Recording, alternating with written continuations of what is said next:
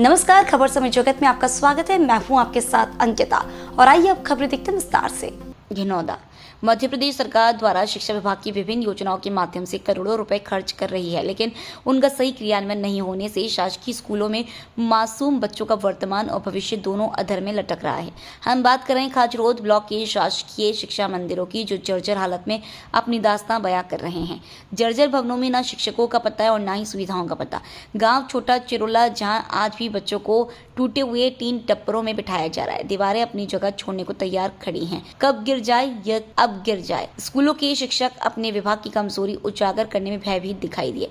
वहीं पास ही के गांव लसूरिया खेमल, जहां टपकती छतों में मात्र एक शिक्षिका प्राथमिक विद्यालय में कक्षा 1 से 5वीं तक मात्र 34 बच्चों को एक कक्ष में पढ़ा रही है। पूछने पर बताया कि जैसे तैसे मैं इनको पढ़ाती हूँ और कागजी कार्रवाई भी पूरी करना पड़ती है। शासन प्रशासन में शिक्षकों की कमी और गाँव में बच्चों की कमी से ये हालात बन रहे हैं। सर साहब यहाँ बच्चों को पढ़ा रही हैं और ये कौन सा स्कूल है?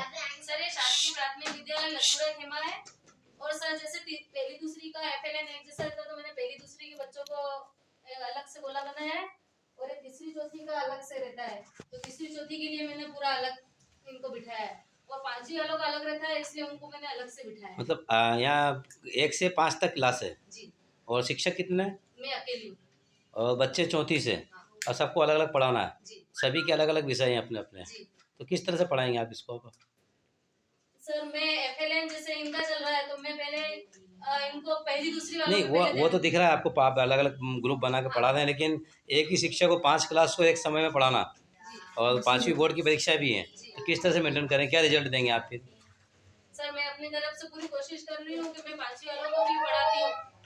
थोड़ा टाइम मैं फर्स्ट सेकंड को देती हूँ, कुछ टाइम इनको देती हूँ, कुछ टाइम उनको देती हूँ, तो अलग अलग सबको टाइम देती हूँ सर। तो आप क्या और शिक्षक की आवश्यकता यहाँ पे हो सकती है कि नहीं? ऐसे लगती है? आवश्यकता तो है जैसे कोई गेस्ट फैकल्टी है या कोई दूसरा शिक्षक है? जी सर, पिछली बार भी हमारे यहाँ गेस्ट था, लेकिन अभी कुछ प्रॉब्लम आ रही है तो गेस्ट आ नहीं पाए हैं।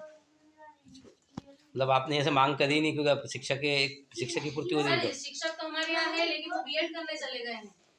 पर और गेस्ट आते हैं हमारे यहाँ, लेकिन कुछ कॉन्ट्रैक्ट की समस्या है, उस वजह से अभी गेस्ट आ नहीं पा रहे हैं। घिनौदा से खबर समय जगत के लिए पंकज पाटीदार की report. For latest news, subscribe to our channel and press the bell icon.